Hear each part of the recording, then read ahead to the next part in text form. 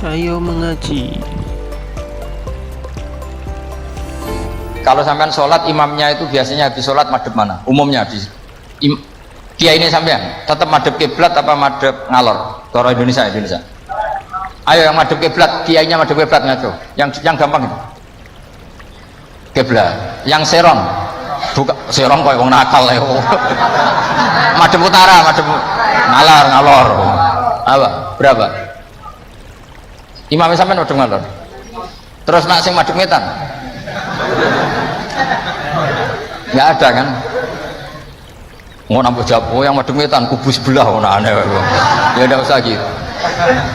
Itu filosofinya begini. Nah ini penting ya, penting saya jelaskan. Di tek-tek hadis sahih, saya ulang lagi, di tek-tek hadis sahih itu Rasulullah setelah salam itu redaksinya aqbala alaina biwajhi, maka Nabi menghadap ke kita dengan wajahnya. Berarti kira-kira kalau di Indonesia menghadap mana? Timur. Tapi itu tidak konsisten. Konsisten itu ahyanan, tidak konsisten itu ahyanan. Nah, kenapa guru-guru kita tetap madhep kiblat? Karena afdhalul jihad itu kiblat. Kadang guru kita kadang menghadap apa? Utara. Tapi sebagian guru kita juga kadang menghadap ke timur, misalnya langsung ngaji. Itu filosofinya gini di beberapa syarah di Fathul Bari itu. Nabi itu kan sholat, dengerin ya, Nabi itu sholat. Makmumnya itu rata-rata itu kadang 7 kilo dari dalamnya Nabi. Dengerin ya, berapa? 7 kilo, udah pakai motor ninja enggak, 7 kilo pakai onta. Kalau sampean bilang 7 kilo pakai motor kan cepet. Resikonya apa? Ini dengerin, awas kalau salah. Berarti kalau salah sanad. Maksudnya sampean yang salah, bukan saya. Artinya andekan, tak ulang lagi, andekan Nabi tetap berposisi menghadap kiblat, maka makmum yang baru datang tuh ngira Nabi masih sholat. Sehingga harus kadung Allahu Akbar langsung duduk karena ngiranya Nabi masih, padahal Nabi sudah tidak sholat.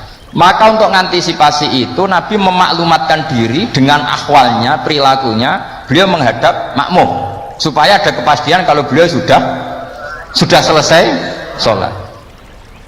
Sehingga karena illatul hukmi seperti ini, kiai-kiai kita fleksibel, kadang madhep kiblat, kadang madhep ngalor, kadang madhep ngetan. Itu ada filosofinya, orang gagah-gagahan. Ada yang madhep ngetan terus, pokoknya Nabi seperti ini, tidak seperti itu. Semua perilaku Nabi yang tidak wajib itu disarah-sarah disebut ahyanan, sesekali tempo. Maka yang penting bagi imam itu begini, yang penting setelah selesai salam itu tunjukkan kalau sholat kamu selesai. Makanya banyak yang terus astagfirullahaladzim buanter untuk menunjukkan ini sudah mulai wiridan badas sholat. Jadi sebetulnya kalau menurut fikih beling itu boleh saja kamu mengatakan bersalam wis bar lo dulu. Tapi itu kan beling sekali masuk bar sholat. Tapi itu bagus untuk kelas kamu, maksudnya supaya ada kepastian bahwa sholatnya sudah selesai. Oh, Nabi utut. Wah, ini malah lebih sesat lagi yang di belakang ini. Itu ada ilmunya, sampean cek di Fathul Bari. Supaya kenapa saya cerita ini, biar yang menghadap ngalor ya gak fanatik, yang menghadap ngetan juga tidak. Karena itu hanya untuk menunjukkan kalau Nabi sholatnya sudah selesai. Coba bayangkan, Nabi itu idola kan, sudah jauh-jauh 7 kilo ke situ naik unta atau naik kuda, terus ngerti Nabi masuk madhep kiblat, mesti cara sampean alhamdulillah Nabi urung salam kan gitu. Barang wis melok lungguh jebule Nabi subhanallah alhamdulillah. Lah terus makmume beling, wah rugi aku. Repot, mosok makmum Nabi kok muni rugi. Mari Nabi ra kondo nak wis bar. Perkara ndak kira-kira seperti itu. Nah, daripada perkara Nabi secara ahwal menunjukkan kalau sholatnya selesai, Nabi menghadap makmum sebagai maklumat kalau sholatnya sudah selesai. Clear ya? Sehingga kamu tidak perlu berdebat sunat mana Gus, madhep ngalor sama madhep ngetan. Oh, malah takok sunat. Ngaji sik lagi takok. Senengannya bugat. Ya ngaji sik, alim sik lagi takok. Lah nek salim rasa takok ya alhamdulillah. Ini ndak usah alim takok gugat. Mana sunnahnya kalau Nabi madhep ngalor? Ya saya tak takokno, mana sunnahnya cangkem elek? Kan yo ora ono. Angger wong kok mbok so, lama-lama mana sunnahnya kalau Nabi pernah di Indonesia? Malah panjang kan apa? Nggak usah gitu ya ngaji. Jadi di sara-sara itu diterangkan sana kana Rasulullah Shallallahu Alaihi Wasallam idza takallama salasan ahyanan di suatu tempo. Begitu juga Nabi kadang sholat itu hanya astagfirullah salasan suman sorofa. Beberapa kali Nabi sholat itu hanya baca istighfar 3 kali suman sorofa. Ya sudah segitu aja. Ada yang Allahumma a'inni ala zikrika wa syukrika wa husni ibadati. Ada riwayat yang sabbahawa salasan wa salasin wa hamadawa salasan wa salasin wa kabbarawa salasan. Terus kiai-kiai khusuk semua yang ahyanan ini dikombinasikan jadi satu. Jadi kita yang ahlul ilmi ini eskal. Wong Nabi itu paketnya satu-satu, tapi oleh kiai khusuk itu semuanya dirangkum jadi paket lengkap. Ini ya ada, tasbihnya ya ada, doanya ya. Maka makmum-makmum yang kesibukan ini bingung. Ini gimana ini kok paket lengkap? Kan lama akhirnya. Lewong sholat yang rukun saja lama nggak boleh, apalagi wiridan. Maksudnya bukan terus nggak boleh ya enggak, maksudnya yuk mikir makmum. Makanya diantara ciri khas Indonesia itu walinya sebagian diyakini dari Samarkand, dari Tashkent, Uzbek, sebagian tentu. Itu saya ketika mondok di Mbah Mun, itu Mbah Mun yang mimpin sholat. Itu kalau wiridan ya separuh sudah bubar. Saya pernah di Lirboyo melihat ya separuh sudah bubar. Ternyata yang kelakuan kayak gitu ada di Uzbek. Meskipun imamnya mursyid separuh sudah bubar. Itu tradisi yang bagus, itu harus ditiru. Artinya harus ditiru gini, untuk menjaga konstitusi wong nunggu guru ono separuh. Untuk menjaga konstitusi kalau nggak wajib ada yang bubar. Kalau semuanya nunggu berarti ini mewajibkan sesuatu yang tidak wajib. Itu bahaya kalau dalam konstitusi ilmu. Sayyid Abdullah bin Husain bin Thohir yang ngarang Sulam Taufik itu diantara masalah besar dalam ilmu apa? Ijabu malam yajib, mewajibkan sesuatu yang tidak wajib. Sehingga para ulama itu yang ikuti Sulam Taufik yang dikarang Sayyid Abdullah bin Husain bin Thohir, benar ya, Abdullah bin Husain bin Thohir. Itu kalau muridnya wiridan terus dia mau, cung ra wajib kok wiridan terus, kok dikira wajib. Tapi nak tahu ora tau wiridan ya dia mau, sunat ora tau mbok lakoni. Nah itu akhirnya di Indonesia itu bagus, pondok-pondok besar di Indonesia kalau kiainya, padahal yang imami kiainya, apalagi ketua keamanan malah ditinggal. Oh penggane nangkep wong kan gitu. Saya dulu pernah sholat, Mbah Mun nggak ngimami, yang ngimami ketua keamanan. Itu belum takbir separuh sudah bubar. Karena kecewa kan kita ingin makmum Mbah Mun, ngapain ini yang maju? Wah repot. Ya jadi tradisi itu jangan pahami yang macam-macam ya. Bubar separuh, anggap saja menjaga konstitusi ilmu bahwa tidak boleh yang nggak wajib berstatus wajib. Tapi yang tetap wiridan ya monggo, mungkin tidak punya kesibukan. Sehingga Quran itu fleksibel. Orang baik itu siapa? Orang baik adalah yadhkuruna wa qiyamau wa qu'udaw wa ala junubihim. Jadi wiridan tidak harus lungguh, sambil berdiri ya boleh, sambil jalan ya boleh. Fa idza qudiyatis sholatu fantasiru fil ardi wabtahu min fadlillah wazkurullaha katsiran. Itu ayat wazkurullaha katsiran itu setelah fantasiru ya sudah, kalau mau bubar ya bubar nggak apa-apa. Tapi harus selalu ingat Allah. Jadi dulu itu ulama dulu itu rileks. Makanya di kenangan hadis-hadis sahih famin naman kada, sebagian kita begini, sebagian kita gini. Padahal itu masih disaksikan Rasulullah Shallallahu Alaihi Wasallam karena nggak boleh ijabu malam yajib.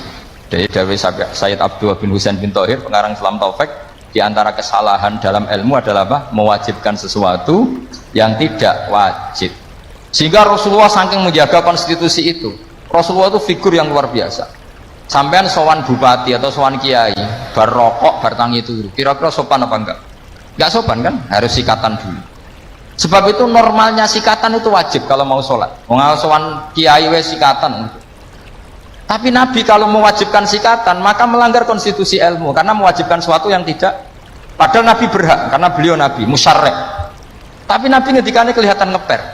Tapi ngeper ini menunjukkan Nabi betapa mutabakhir fil ilm. Laula an asyukko ala ummati la amartuhum bisiwak inda kulli sholatin. Umpama gak masakoh ning umatku siwak tak wajibno. Karena secara etika harusnya wajib. Tapi secara konstitusi nyatanya tidak wajib. Nah karena baina ini kira mana nih baina di antara niku be antara niku Nabi ngendikane laula an asyukur. Nabi itu suka qiyamul lail, itu suka sekali, bukan enggak sekedar suka, sehingga beliau qiyamul lail di masjid. Tapi ketika sahabat ikut qiyamul lail lagi, Nabi enggak keluar lagi karena takut dianggap wajib. Itu Nabi. Makanya saya itu sebenarnya kepengen poso Senin Kemis, tapi angger kiai kok poso Senin Kemis kok dikira wajib, mulane aku ora tau poso. Maksudnya aja ditiru, ini mau cerita, ini agak-agak arogansi ilmu, tapi memang harus ada yang jaga konstitusi ilmu. Jadi saya punya teman ya amang rokokan, mungkin untuk menunjukkan ada kaul sing ngarani oleh, buktinya aku rokok, tapi saya nggak rokok. Jadi harus ada yang menjaga konstitusi ilmu. Saya sering ngecek beberapa hadis Nabi itu kalau ada sesuatu yang positif inginnya itu diwajibkan, tapi secara konstitusi enggak wajib. Misalnya menggambarkan betapa pentingnya taatnya istri sama suami, Nabi ngendikan gimana tuh? Kalau saja boleh seseorang makhluk boleh sujud sama makhluk, maka saya akan memerintahkan seorang istri bersujud sama suaminya. Tentu suami yang tidak kayak sampean, maksudnya itu gambaran kemarin. Sampean ora usah disujudi. Ora dipisoi sampai gitu kan. Artinya Nabi itu menjaga konstitusi ilmu itu luar biasa. Ya kayak tadi, normalnya sikatan tuh wajib gak? Wajib kan, normalnya loh. Karena tangi turu berrokokan. Terus muni Allahumma lakal hamdu bul.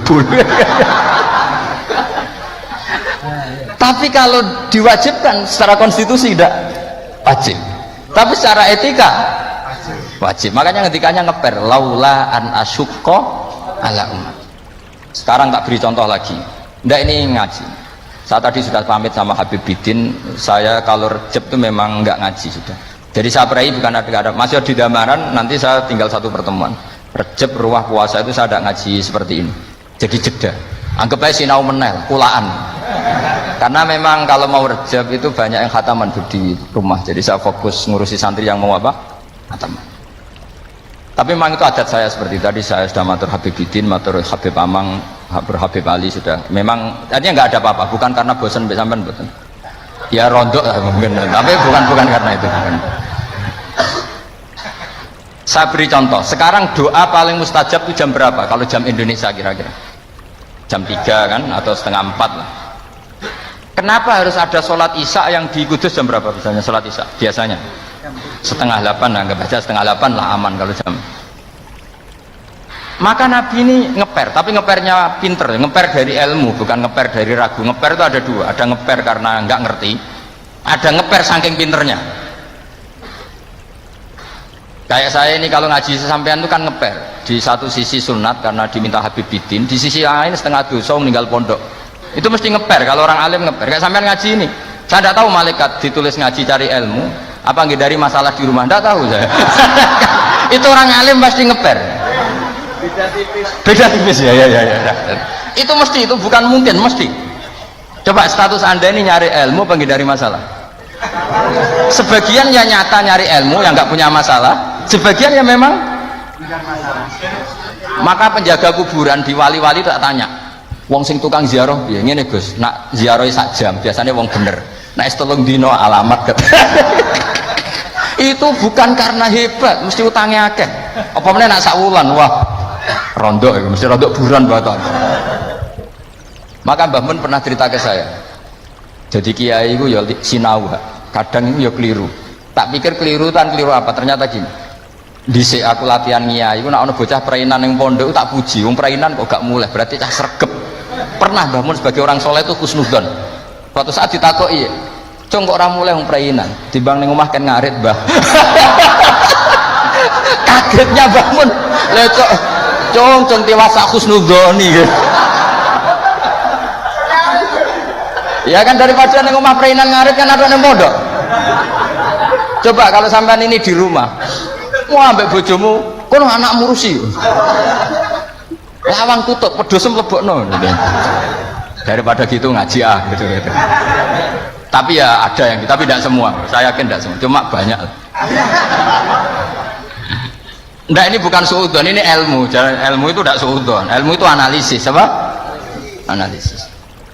Loh, itu betul loh. Saya meskipun guyon itu punya sanad. Nabi itu setiap kali ada perempuan hijrah ke Madinah, pertanyaan pertama gimana? Kamu ikut saya karena iman billah wa rasuli, apa kamu ada masalah dengan suami? Jadi kalau sekarang kamu ngaji, ini ada masalah sama istri apa nyari ilmu? Ayo jawab. Kalau nyari ilmu, buktinya dapat apa enggak? Kan nyari tidak perlu ketemu, Gus, ya sudah dibantah. Saya teruskan ya. Betapa Rasulullah itu luar biasa menjaga konstitusi ilmu, tapi yang menjaga etika. Sudah, kalau doa mustajab 3:30 atau jam 3. Kenapa sholat isya 7:30? Yang di waktu yang tidak begitu itu Nabi pernah sholat isya itu 3:30 kalau jam Indonesia kira-kira. Sampai Umar masyhur itu. Nama Sibyan, orang-orang sudah tidur, nah Umar sampai bengok-bengok supaya Nabi itu bangun.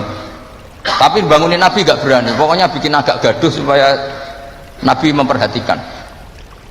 Dulu nggak ada sholawatan pakai terbang, kalau ada mungkin terus sholawatan. Akhirnya Nabi rawuh, senyum-senyum Nabi. Saya tahu kalian protes karena sholat saya tidak lazim, biasanya 7:30 kok ini 3:30 kira-kira gitu. Tapi laula ana syukka ala ummati, andaikan saya tidak beratkan umatku, yang benar sholat isya ya jam seperti ini, karena ini saatul ijabah. Jadi Nabi itu antara mengakui kalau itu saatul ijabah karena yanzilu rabbuna iku idza yabqa sulusul lailil akhir. Tapi dengan kenyataan kalau itu diteruskan masyaqqah bagi umatnya. Tapi kalau Nabi tidak pernah melakukan, dikira waktu afdol sholat isya tetap 7:30, padahal ada yang afdol yaitu 3:30. Entah jam 3 atau 3:30. Maka Nabi ngendikannya 2 kali. Kalau saja tidak memberatkan umatku, maka mereka akan saya ajak sholat isya ya jam seperti ini, karena jatuh pada saatil ijabah. Tapi kan berat gak kalau sampai ajak isya 3:30? Berat apa berat sekali? Berat sekali. Jadi ilmu itu harus dijaga konstitusinya. Ya, ilmu itu konstitusinya harus apa? Dijaga. Terima kasih sudah menonton. Jangan lupa subscribe ya.